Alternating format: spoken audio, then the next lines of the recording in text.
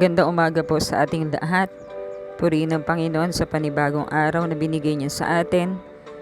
Papasok na po tayo ng mag-aanim na weeks sa lockdown. Salamat sa Panginoon sa kanyang kabutihan. Nawa po patuloy tayong manghawakan sa salita ni Lord. Patuloy na manalangin, patuloy na magbigay ng mga encouragement na nakukuha din natin sa Panginoon.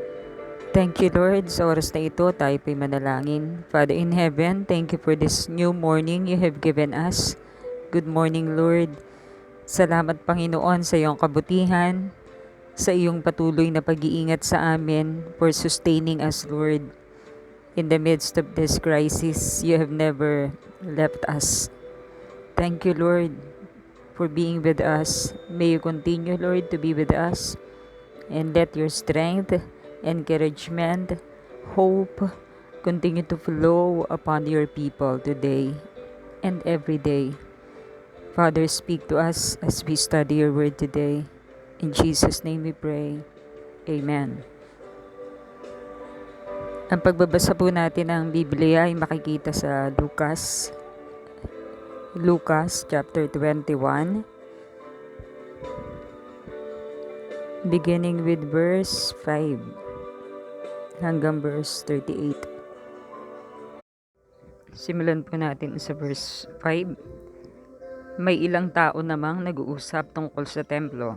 Pinag-uusapan nila ang naglalakihan at magagandang batong ginamit dito at ang mga palamuting inihandog ng mga tao.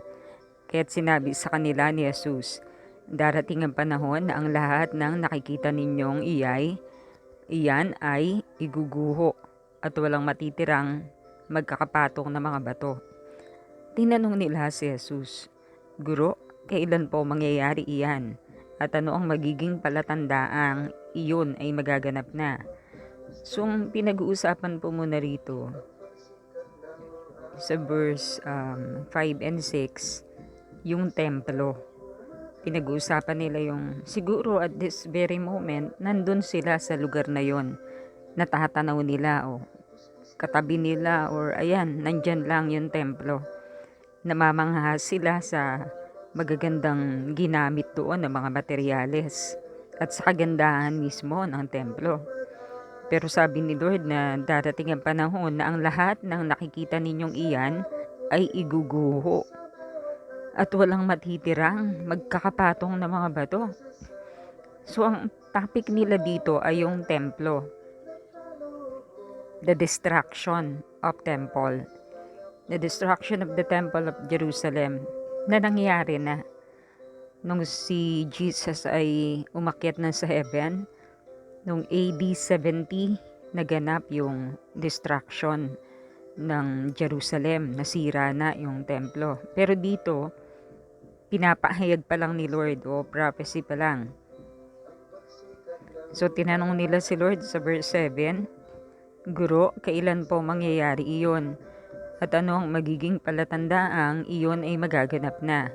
Verse 8, sumagot si Jesus, Mag-ingat kayo upang hindi kayo mailigaw ni numan. Marami ang darating sa aking pangalan at magsasabi, Ako ang Kristo. At dumating na ang panahon, huwag kayong maniniwala sa kanila. So, kahit nung panahon ng mga alagad, meron na rin na nagpapanggap na Kristo. Kaya pinaalalahanan na sila ni Lord na huwag silang maniwala. Verse 9, huwag kayong mababagabag kung makabalita man kayo ng mga digmaan at mga rebelyon. Dapat munang mangyari ang mga iyon, subalit hindi darating kaagad ang wakas. Okay, clear yun. Magkakaroon na ng rebellion, digmaan o gera, pero hindi pa agad-agad darating ang wakas.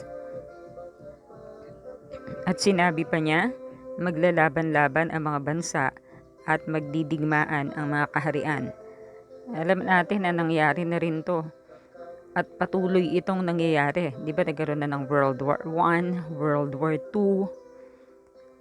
Verse 11, magkakaroon ng malalakas na lindol, tagutom at mga salot sa iba't ibang dako. May lilitaw na mga kakilakilabot na bagay at mga kamangha-manghang kababalaghan buhat sa langit. So, meron na yan.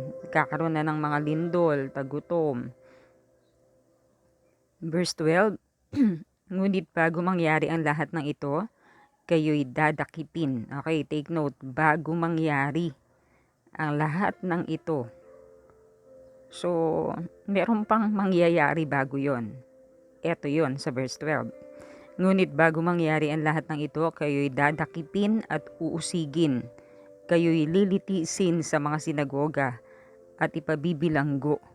At dahil sa pagsunod ninyo sa akin, isasakdal kayo sa harap ng mga hari at mga gobernador. Yan, nangyari na rin yan. Sa panahon ng mga apostles, sila Pablo, sila Pedro, sila Juan, yung 12 apostles at yung mga kapatiran. Nung first century Christians, naganap na itong mga to. Pero hindi pa lahat ay naganap. Okay? Kasi merong tatlong prophecy tayong makikita dyan eh. Verse 13, iyon ang pagkakataon ninyo upang makapagpatotoo tungkol sa akin. Yan. Pag hinarap na sila sa mga gobernador o mga hari, nakita natin yan lalo na kay Pablo. 14, ipanatag ninyo ang inyong kalooban at huwag kayong mabahala kung paano ninyo ipagtatanggol ang inyong sarili. 'Di ba? Kahit sila Pedro, si Juan, bago pa man dumating si Pablo, yung mga naunang apostles muna eh. Sila muna yung unang nakaranas niyan eh. At si Pablo ay isa pa sa mga umuusig sa kanila noon.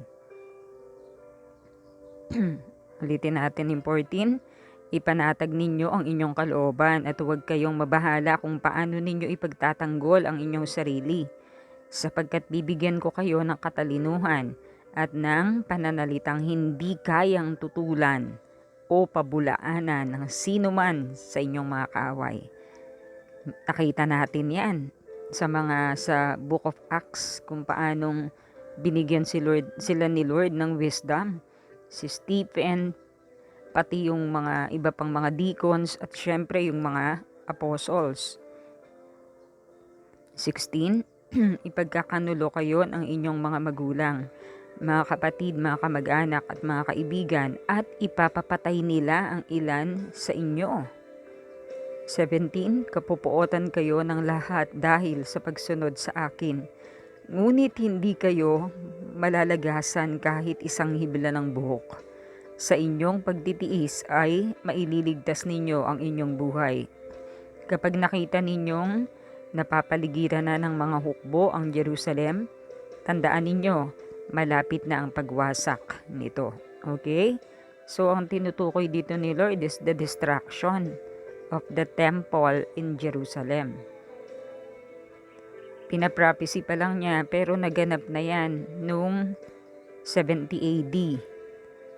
Ang mga nasa Judea ay dapat nang tumakas papunta sa kabundukan. Ang mga nasa bayan ay dapat nang lumabas. At ang mga nasa bukid ay huwag nang pumasok sa bayan. Kasi doon sa bayan yung pinaka-sentro ng pagwasak. Sapagkat iyon ang mga araw ng pagpaparusa bilang katuparan ng mga sinasabi sa kasulatan.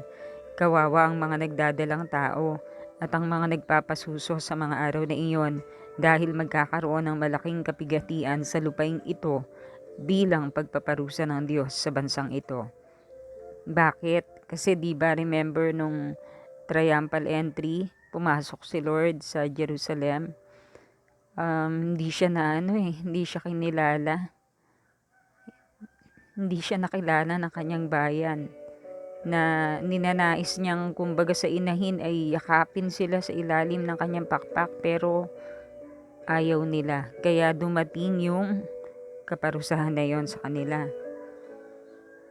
na pinaprophecy pa lang ni Lord sa mga oras na yan.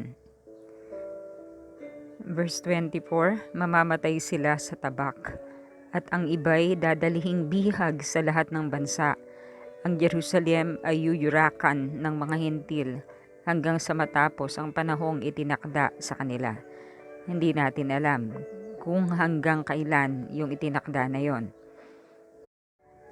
Magkakaroon ng mga palatandaan sa araw, sa buwan at sa mga bituin. Sa lupa ang mga bansa ay masisindak at malilito dahil sa ugong at mga daluyong ng dagat. Ang mga tao'y hihimatayin sa takot dahil sa pag-iisip sa mga kapahamakang darating sa sanlibutan, sapagkat mayayanig ang mga kapangyarihan sa langit. Sa panahong iyon, makikita nila ang anak ng tao. Dumarating na nasa alapaap at may kapangyarihan at dakilang karangalan. Kapag nagsimula nang mangyari ang mga ito, mag-alala kayo sapagkat malapit na ang inyong katubusan. Okay, another topic ito. Yung sinasabi ni Lord, ito naman tumutukoy na sa second coming na ni Lord. 29, at sinabi sa kanila ni Jesus ang isang talinhaga, tignan ninyo ang puno ng igos at iba pang punong kahoy. Kapag nagkakadahon na ito, alam ninyong malapit na ang tag-araw. Gayon din naman, kapag nakita ninyong nangyayari na ang mga sinasabi ko, malalaman ninyong malapit na ang paghahari ng Diyos. Tandaan ninyo, magaganap ang lahat ng ito bago mamatay ang lahat ng taong nabubuhay sa salinlahing ito. Babalikan natin yung verse na yan mamaya. Verse 33, lilipas ang langit at ang lupa, ngunit ang aking mga salita ay mananatili magpakailanman. Ang katakawan, paglalasing at kabalisahan sa buhay na ito ay alisin ninyo sa inyong isip. Mag-ingat kayo at baka bigla kayong abutan ng araw na iyon, na tulad ng isang bitag, sapagkat darating ang araw na iyon sa lahat ng tao. Kaya't maging handa kayo sa lahat ng oras. Lagi ninyong idalangin na magkaroon kayo ng kalakasan upang makaligtas sa lahat ng mangyayaring ito at makaharap kayo sa anak ng tao. Araw-araw si Jesus ay nagtuturo sa templo. Kung gabi na may umaalis siya at nagpapalipas ng magdamag sa bundok ng mga olibo, maaga pa'y pumupunta na sa templo ang mga tao upang makinig sa kanya. Okay. Dito, una, nakita natin yung pinrapisi ni Lord, yung distraction patungkol sa Jerusalem. Yun yung mas marami kasi doon talaga umikot yung pag-uusap nila. Pero, may sinabi rin si Lord bago pa man maganap yung distraction ng Jerusalem. Diba sa verse 12, yung mga persecutions na mangyayari sa mga unang mananampalataya. In verse 12, 13, 14, 15, 16, 17, yung iba naman dito, hindi lang isang prophecy kundi dual. Actually, makikita pa nga natin dito tatlo. Yung una, destruction of Jerusalem na naganap na noong 70 AD. Pangalawa, yung mga magaganap bago pa yung destruction na yon. Yun yung mga persecutions na dadaanan ng mga mananampalataya during those years ng first century Christians.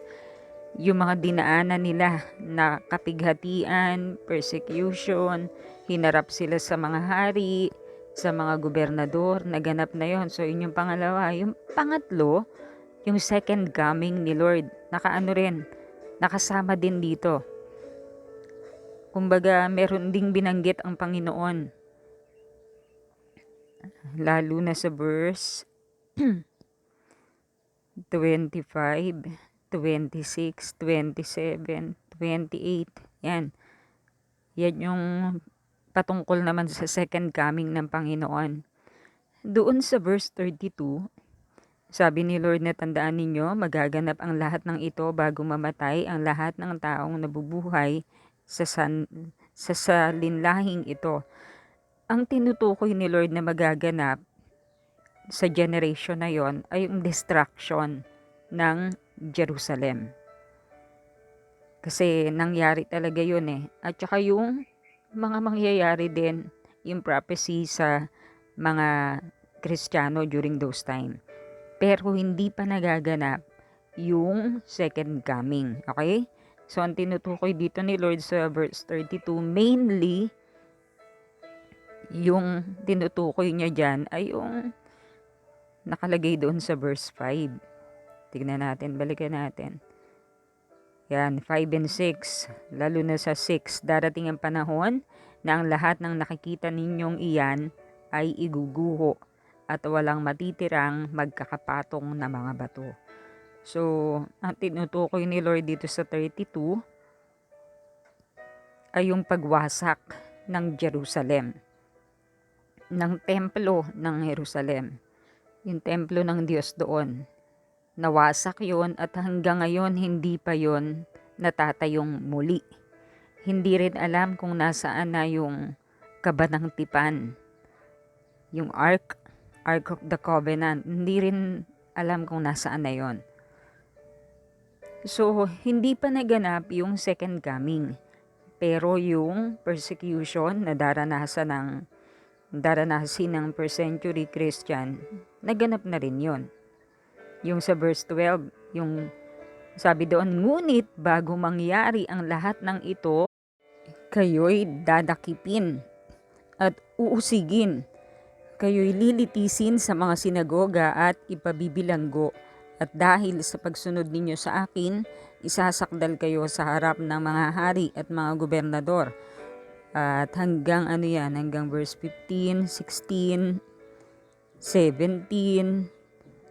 Yan. So, naganap naman yan bago pa man maganap yung pagwasak ng templo. Pinag-uusig na sila, pinersecute, marami sa kanila nga ang pinatay.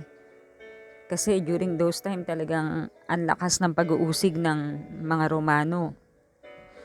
Pinakukulong, pinapapatay, hinaharap sa mga gobernador, sa mga hari. So, nangyari yon.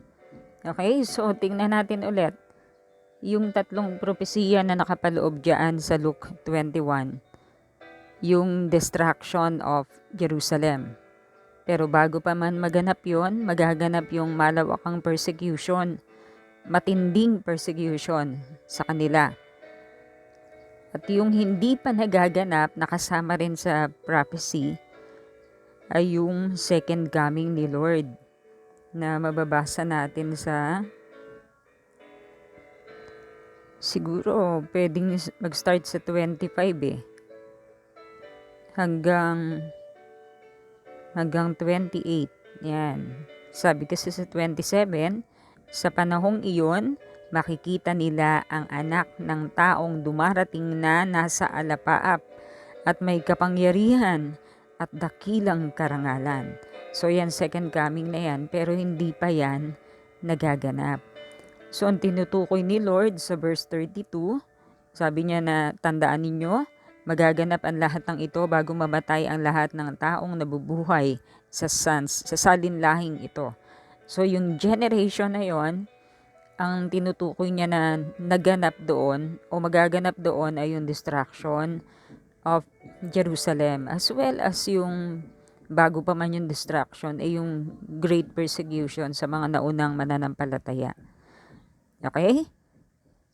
So, 33, lilipas ang langit at ang lupa, ngunit ang aking mga salita ay mananatili magpakailanman. Meron nang naganap. Naganap na yung dalawang event na pinrapisi ni Lord, pero hindi pa nagaganap yung second coming. Tuloy natin sa 34. Ang katakawan, paglalasing at kabalisahan sa buhay na ito ay alisin ninyo sa inyong isip. Mag-ingat kayo at baka bigla kayong abutan ng araw na iyon na tulad ng isang bitag, sapagkat darating ang araw na iyon sa lahat ng tao. So, pinapaalalahanan sila ni Lord na huwag silang maging matakaw o maglasing. Yung mga bagay na kinahihiligan ng mundo, hindi dapat doon mabuhos o ang atensyon ng mananampalataya, at hindi dapat mabalisa sa mga iinumin o kakainin. 36, maging handa kayo sa lahat ng oras. Lagi ninyong idalangin na magkaroon kayo ng kalakasan upang makaligtas sa lahat ng mangyayaring ito at makaharap kayo sa anak ng tao. So, lalo na ngayon, napakahalaga na maging handa tayo. Lagi tayong mag-pray, magkaroon tayo ng lakas. Huwag tayong hihina-hina. hayaan natin ang lakas natin ay magmula sa salita ng Diyos. Sa 37, so everyday, nagtuturo si Lord sa templo. Kung gabi naman, siya umaalis at nagpapalipas na magdamag sa bundok ng Olibo. Ano ginagawa niya ron? Nagpe-pray siya. Minsan, talaga buong magdamag na nagpe-pray si Lord doon sa bundok. Maaga pa pumupunta na sa templo ang mga tao upang makinig sa Kanya. So, mahalaga na alam natin kung ano na yung naganap na prophecy ni Lord.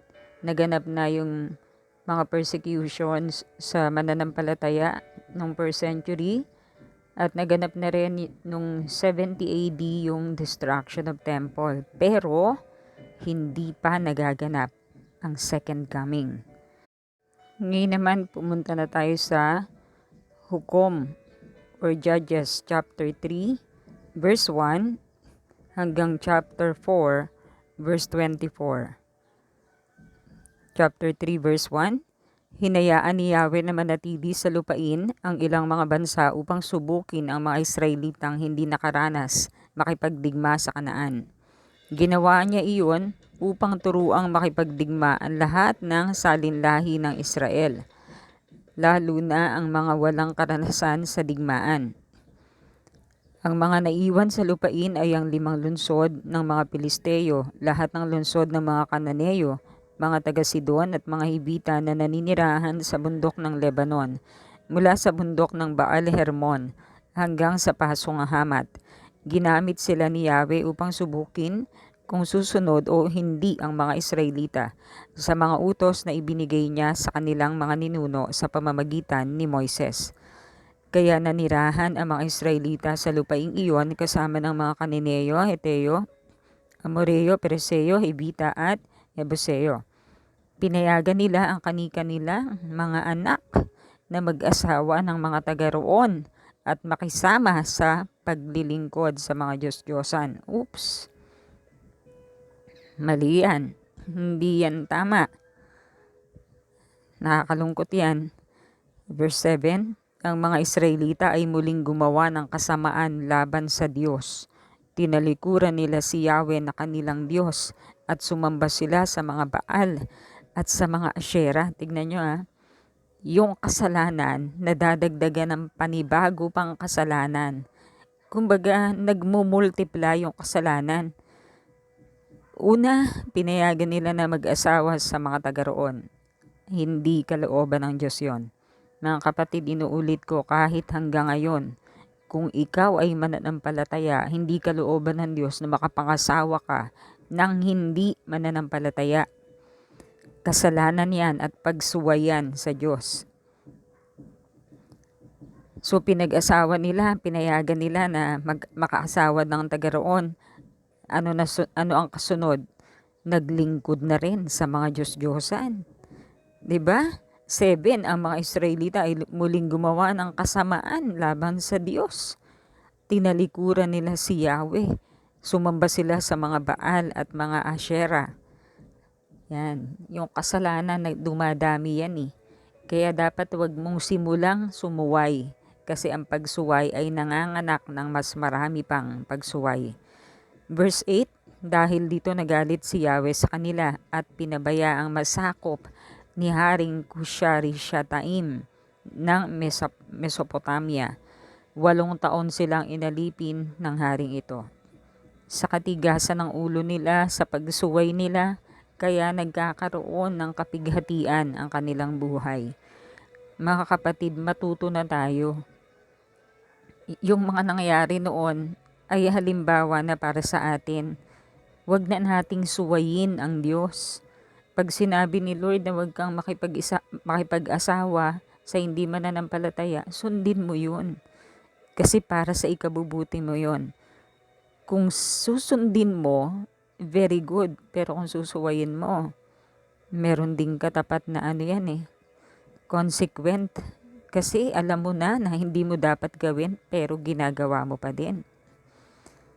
Verse 9, subalit nang humingi sila ng tulong kay Yahweh, ginawa niyang hukom si Otniel, anak ni Kenaz at pamangkin ni Caleb, upang ito ang magligtas sa kanila sa pagkaalipin. Napakabait ni Lord. Kahit na sila ay sumusuway, pag sila naman ay humingi ng tulong sa Panginoon, eto, tinutulungan sila ni Lord. Nagre-raise up si Lord ng hukom or judge. Verse 10, nilukuban siya ng espiritu ni Yahweh at siya'y naging hukom at pinuno ng Israel. Nakipagdigma siya laban kay Kushan-Rishathaim na hari ng Mesopotamia. Sa tulong ni Yahweh natalo ito ni Othniel. Nagkaroon ng kapayapaan sa lupain sa loob ng 40 taon hanggang sa namatay si Othniel na anak ni Kenas. Muling gumawa ng kasamaan ang mga Israelita laban kay Yahweh. Dahil dito si Eglon na hari ng Moab ay pinalakas ni Yahweh ng higit kaysa sa Israel. Yun yung yun yung cycle ng Israel. Kapag meron silang hukom, nagiging maayos. Pero pag namatay na yung hukom, gagawa na naman sila ng kasamaan. Para bang hindi tao sa puso nila. Sumusunod lang sila kapag may leader sila. Pero kung wala silang leader, gagawin nila yung kasamaan. Mga kapatid, again, wag nating gayahin yun. Hindi yung kapag may leader na nagbabantay sa'yo, itatama mo buhay mo. Pag wala na, gagawin mo na naman yung masama. Hindi ganon. Dapat magkaroon ka ng personal na relasyon sa Diyos. Accountable ka sa Diyos sa mga gagawin mo. Verse 13, nakipagsabuatan si Eglon sa mga Amonita at mga Amalekita. Natalo nila ang Israel at nasakop ang lungsod ng Palma. 18 taon sakop ni Eglon ang mga Israelita. Subalit, eto na naman, nang muling humingi ng tulong kay Yahweh ang mga Israelita, ginawa niyang hukom si Ehud na isang kaliwete, anak ni Gera, buhat sa lipi ni Benjamin, upang sila'y iligtas. Siya ang pinagdala ng mga Israelita ng kanilang buwis kay Haring Eglon, kaya't si Ehud ay gumawa ng isang tabak na magkabilay talim at 1.5 metro ang haba. Itinali niya ito sa kanan niyang hita sa loob ng kanyang damit. At dinala nga ni Ehud ang mga buwis ng Israel kay Haring Eglon na isang napakatabang lalaki. Nang maibigay na ni Ehud ang mga buwis, pinauwi na niya ang mga nagbuhat nito. Ngunit pagdating sa may mga inukit na bato malapit sa Gilgal, nagbalik si Ehud sa hari at sinabi niya rito, "Kamahalan, mayroon po akong lihim na mensahe para sa inyo." Dahil dito sinabi ng hari sa kanyang mga lingkod, "Iwan niyo kami at umalis ang lahat sa harapan ng hari." Lumapit si Ehud sa kinauupuan ng hari sa malamig na silid, pahingahan na nasa tuktok ng palasyo. At muling sinabi, "May pinapasabi po sa akin ng Diyos para sa inyo." At nang tumayo ang hari, binunot ng kaliwang kamay ni Ehud ang kanyang tabak na nakatago sa kanyang kanang hita at itinarak sa tiyan ng hari. Bumaon pati ang hawakan ng tabak at ito ay natakpan ng taba. Hindi na binunot ni Ehud ang patalim dahil tumagos ito hanggang sa likuran ng hari. Paglabas ni Ehud, isinara niya ang pinto at tuloy-tuloy na umalis. Nang magbalik ang mga lingkod ng hari, nakita nilang sarado ang pinto kaya inisip nilang nagbabawas ang hari. Hindi nila binuksan ang pinto at naghintay na lamang sila sa labas. Inabot na sila ng pagkainip ngunit hindi pa lumalabas ang hari. Kaya binuksan na nila ang silid na ito at nakita nilang patay na ang hari at nakahandusay sa sahig. Samantala, malayo na ang narating ni Ehud habang naghihintay ang mga lingkod ng hari. Nakalampas na siya sa mga inukit na bato at tumakas papuntang Seira. Pagdating sa kaburulan ng Ephraim, hinipan niya ang trompeta at nagsidatingan ang mga Israelita. At mula doon, pinangunahan niya sa pakikipagdigma ang mga ito. Sinabi niya sa kanila, "Sumunod kayo sa akin. Pagtatagumpayin kayo ni Yahweh laban sa mga Moabita." Kaya't sila'y sumunod sa kanya at nasakop nila ang tawiran ng mga Moabita sa Jordan. Wala silang pinatawid doon kahit isa. Verse 29, Nang araw na iyon, nagwagi ang mga Israelita laban sa mga Moabita. Nakapatay sila ng may 10,000 Moabita na pawang matitipuno at malalakas. Wala ni isa mang nakatakas. Mula noon, nagkaroon ang kapayapaan sa lupain sa loob ng 80 taon. Wow, 80 years. Sumunod kay Ehud si Shamgar na anak ni Anat. Iniligtas din niya ang Israel nang patayin niya ang 600 Pilisteo. Dami. Sa pamamagitan ng isang tungkod na pantaboy ng baka. Wow. Kasi nasa kanya ang Panginoon. So dito nakikita natin yung pagliligtas pa rin ng Diyos sa mga Israelita. Sa kabila ng katigasan ng ulo nila. Pag tumawag naman sila sa Panginoon at humingi ng tawad or humingi ng tulong, talagang tinutulungan sila ni Lord. Kaya lang, sana nga, matuto na tayo. Huwag nating gayahin yung ugali ng mga Israelita sa panahon na yan, na matigas yung ulo.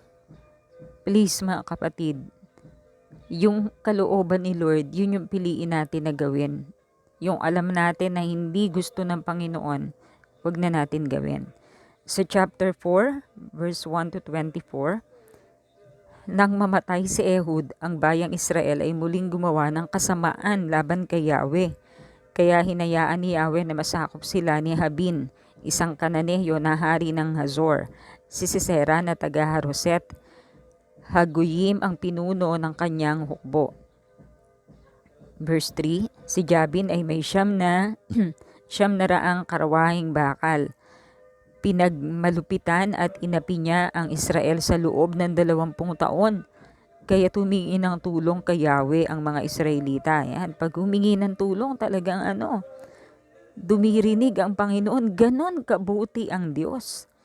Verse 4, Noon, ang babaeng propeta na si Deborah, asawa ni Lapidot, ay nagsisilbing hukom ng Israel. Yan. Sa pagkakataon na ito, isang babae ang gagamitin ng Panginoon bilang hukom ng Israel. At ang pangalan niya ay Deborah. Verse 5, Nakaugalian na niyang maupo sa ilalim ng puno ng palmera sa kaburulan ng Ephraim, sa pagitan ng Rama at Bethel. Pinupuntahan siya rito ng mga tao upang magpasya sa kanilang mga usapin. Isang araw, ipinatawag niya si Barak na anak ni Abinoam na taga Kades mula sa lipi ni Naphtali. Sinabi niya rito ay pinag-utos sa iyo ni Yahweh, ang Diyos ng Israel, na pumili ka ng 10,000 kawal mula sa lipi ni Naphtali at Zebulun. Isama mo sila sa bundok ng Tabor. Lalabanan ninyo sa may ilog Kison ang pangkat ni Sisera, ang pinuno ng hukbo ni Habin. Ngunit pagtatagumpayin kita laban sa kanya. Yun yung message. Sumagot si Barak, pupunta ako kung kasama ka. Ngunit kung hindi ka sasama, hindi ako pupunta. Nakakalungkot naman yung tugon na yun. Hindi maganda. Verse 9, sinabi ni Deborah, kung gayon, sasama ako. Ngunit wala kang makukuhang karangalan, sapagkat si Sisera ay ibibigay ni Yahweh sa kamay ng isang babae. Yan, kasi naduwag si Barak. Umasa siya kay Deborah. Dapat umasa siya kay Yahweh. So instead na siya ang gagamitin para mapabagsak yung hari na yon, hindi na. Gagamitin na ng Panginoon ang isa pang babae. So ulitin natin yon, verse 9. Sinabi ni Deborah, kung gayon, sasama ako. Ngunit wala kang makukuhang karangalan, sapagkat si Sisera ibibigay ni Yahweh sa kamay ng isang babae. Sumama nga si Deborah kay Barak. Kasi ganun yung naging tugon ni Barak Verse 10, Nanawagan si Barak sa lipi ni Naphtali at Zebulun, at 10,000 kalalakihan ang sumunod sa kanya. Sumama rin sa kanya si Deborah. Samantala si Heber na isang Sineyo ay lumayo sa mga kapwa niya Sineyo. Ang mga Sineyo ay buhat sa angkan ni Hobab, na kamag-anak ng asawa ni Moises. Nagtayo si Heber ng tolda malapit sa kagubatan ng Zaananim, malapit sa Kades. May nakapagsabi kay Sisera na si Barak ay pumunta sa bundok Tabor. Kaya tinipon niya ang kanyang 900 karwaheng bakal at ang lahat ng kanyang kawal mula sa Haroset, Haguyim, patungo sa ilog Kison. Sinabi ni Deborah kay Barak, "Lusob, ngayon ang araw na itinakda ni Yahweh upang gabiin mo si Sisera. Pangungunahan ka ni Yahweh."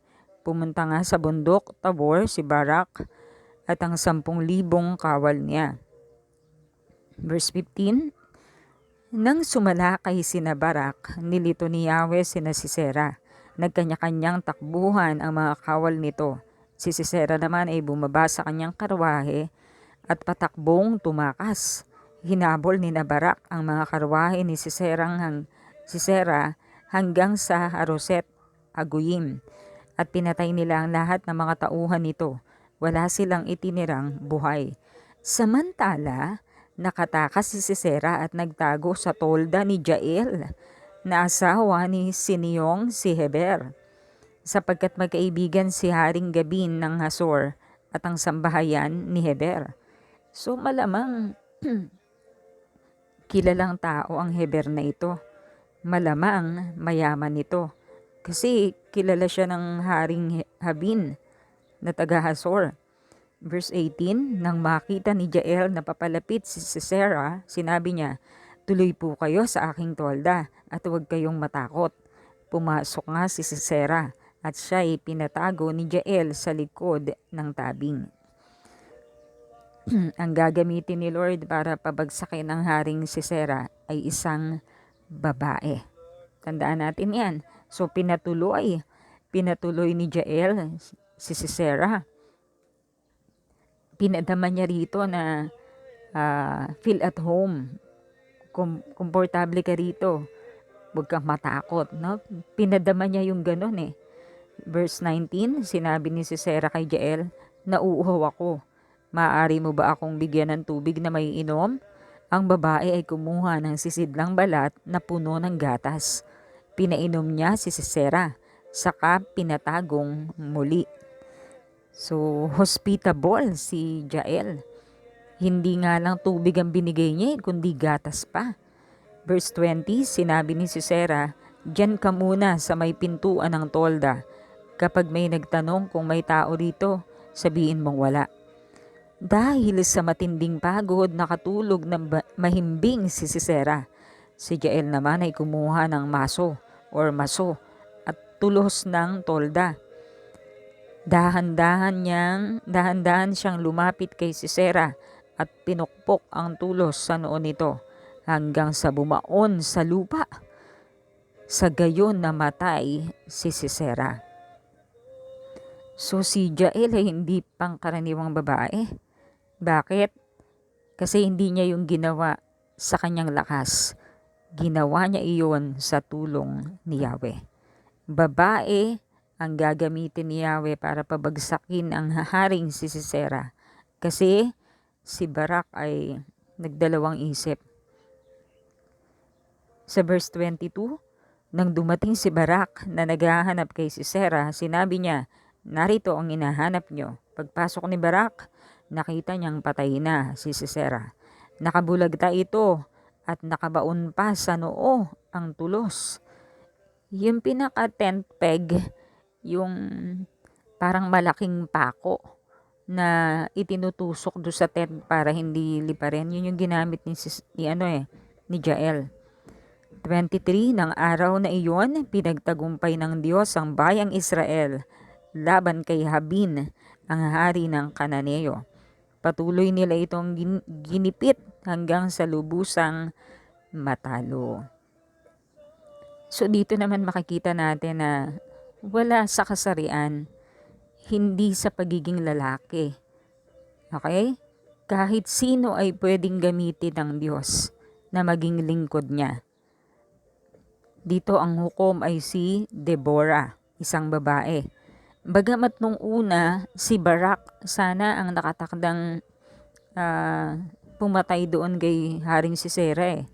Kaya lang nag-aalinlangan siya. Ang tiwala niya ay hindi kay Yahweh kundi kay Deborah. Dahil doon, isang babae ang gagamitin ng Diyos para pabagsakin ang haring si Sisera. At yun ay si Jael. Walang imposible sa Panginoon. So, nawa mga kapatid, matuto tayo sa mga nababasa natin sa Biblia. Tandaan natin, ang mga naganap o ang mga nakasulat sa Biblia ay paalala para sa atin. Matuto na tayo sa mga nababasa natin. Kaya nga mahalaga na basahin natin Mahalaga na pag-aralan natin ang salita ng Diyos para malaman natin. Upang sa ganon magawa natin yung kalooban ng Panginoon at maiwasan naman natin yung mga hindi kalooban ng Diyos. Thank you, Lord. Sige po, tayo ay manalangin na. Hallelujah.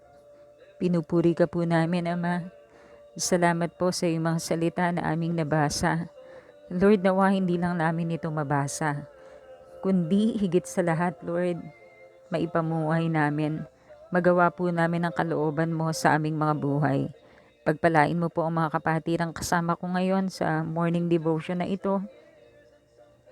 Bigyan mo po sila ng kalakasan at katatagan at kauhawan sa iyong mga salita. Hayaan mo po ang mga salita mo ay maitanim sa matabang lupa, Lord, upang ito ay mamunga ng sagana.